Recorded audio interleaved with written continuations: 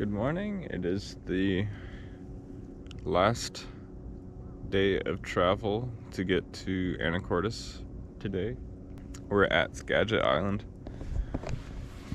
There's Deception Pass and the bridge. You can see the bridge just barely. Yeah, we got the shallow buoy, which meant we had like 10 feet under us, maybe, or less at 4 a.m. because, I mean, the island is right there. Pretty cool. Can't wait to come back and explore the island.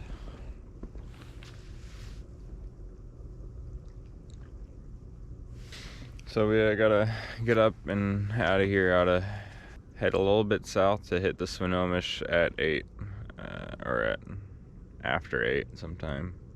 It's all good. Everything's good. No bad things happen yet.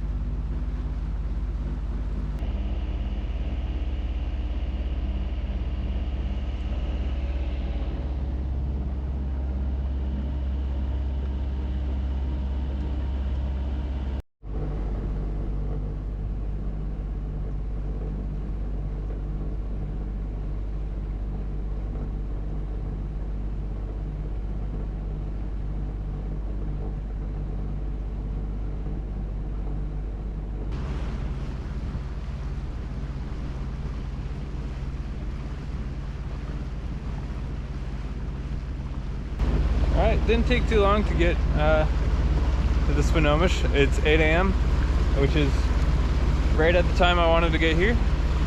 You gotta be careful of the tide going through the Swinomish. I mean, tide is king anywhere in the Puget Sound, so make sure you know your currents and tides here. Especially when you're going through Deception Pass or the Swinomish or the Narrows, Tacoma. So here we are. The Swinomish Channel runs along these islands and into the mainland. There's all sorts of cute shops and restaurants and stuff in the Swinomish, but we're just trying to get to Anacortes so that I can start unloading stuff and getting ready for haul out. Man, what a gorgeous morning though.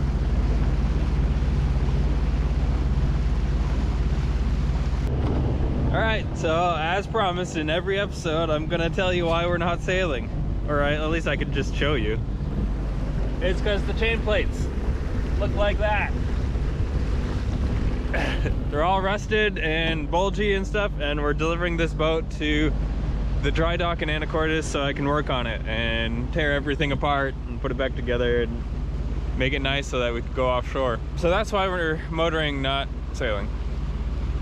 Also, it'd be kind of hard to sail in the Swinomish, but I guess it's possible for the hardcore sailors out there. A little bit more difficult on a full keel 40-foot boat.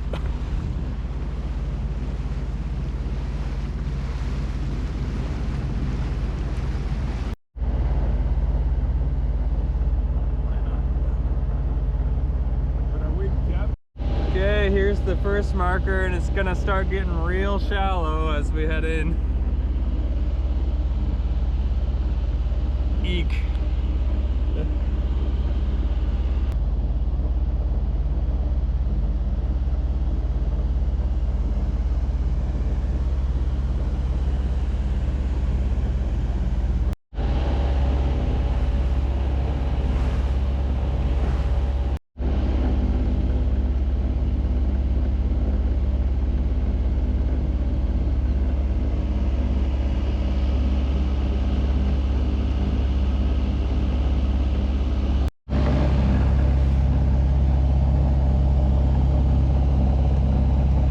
pretty shallow in here.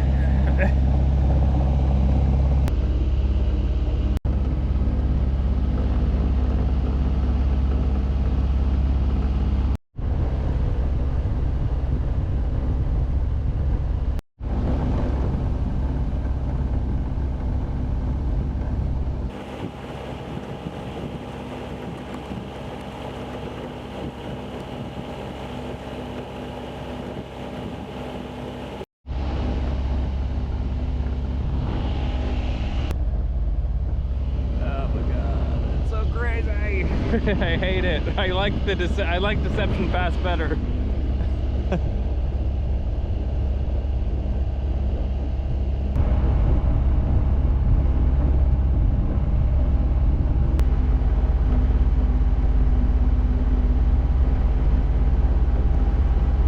Wow. Shelter Bay Marina. No, I personally like my marinas a little deeper. Okay, we gotta go under this bridge, and then there's another bridge, and I think there's even like a spinning drawbridge or something after that. That'll be Anacortes, but now we're rounding the corner into La Conner.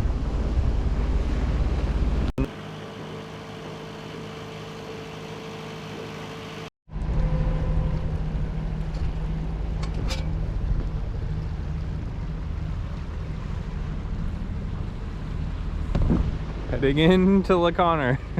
Oh, why do they got about power lines under the bridge? Jeez. Background. Yeah. In the background.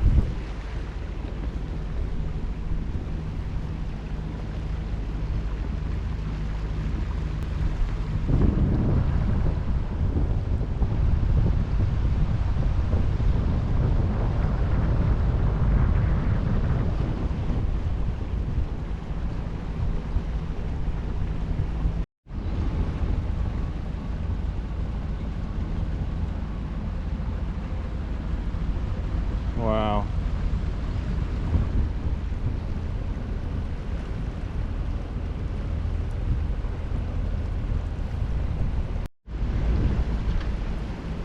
All the nice restaurants and shops that some of which I've been to. And then the native areas.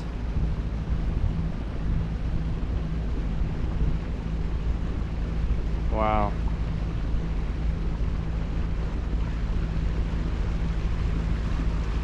What a cool place.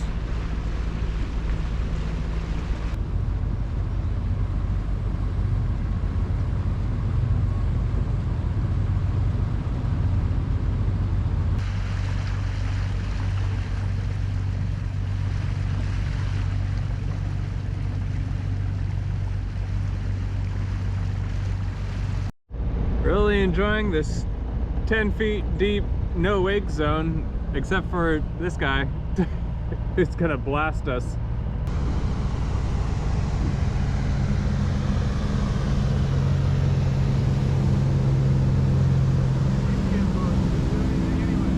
Yeah. Jesus Christ.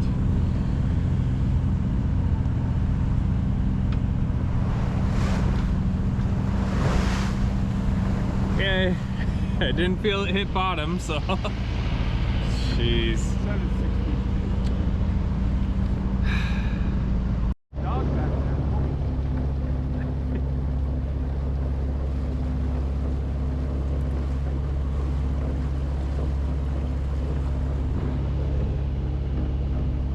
You can see the bridge.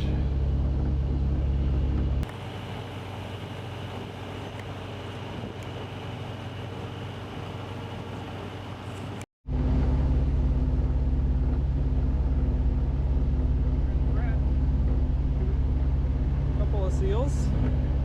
Oh.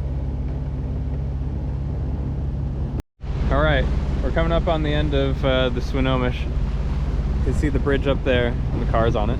That's cool. The depth is so funky in this channel. It's 23 feet here by the houses, and 8 feet here.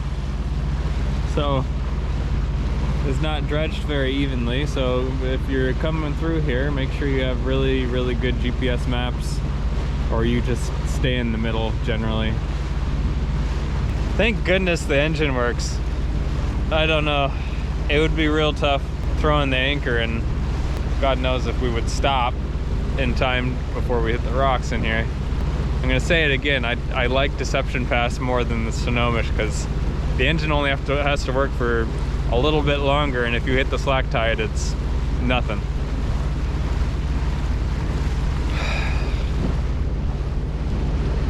Relief. There's harbor seals all over in here. There's one right here. Yeet. I did my thesis on harbor seals, so they're a special animal for me. Okay, we're approaching the Anacortes bridge. So there's this bridge, and then there's a really low spinning drawbridge for trains that they leave open when there's no trains going by. I have scheduled the moorage in Anacortes already, the guest moorage. So it sounds like we're gonna have all day. We're getting in like 3 or 4 hours earlier than I thought, because we were going 7 knots through here, and for most of the day instead of 4 to 5.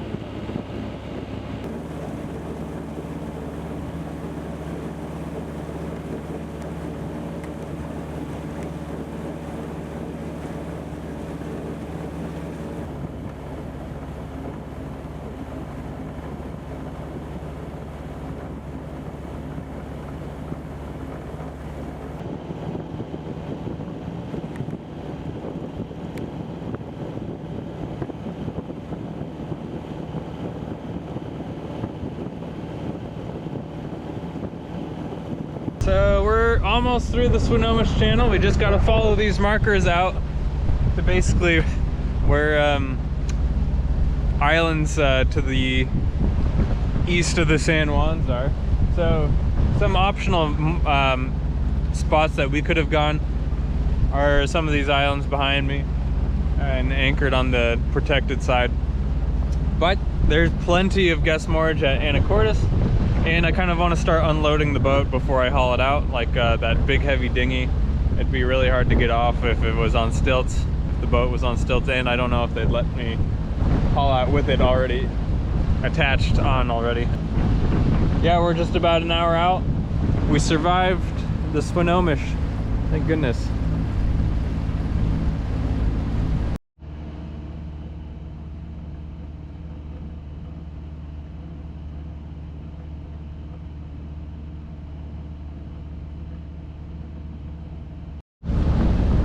Okay, so there's Anacortes right there. There's a bunch of container ships that we're gonna have to navigate around. There's all these cool islands that are some of the first, if you're sailing the San Juans out of Anacortes, you go by these islands, and then San Juans are in there. That's Saddle Island, which was an optional stop. Could have anchored there instead of getting guest moorage here. Funny enough, this is Hat Island, so Hat Island North, I guess it would be. And Nome Island is one of these big ones out here. But yeah, almost there. It's right there. We're gonna go around the deep side of this blue container ship. So.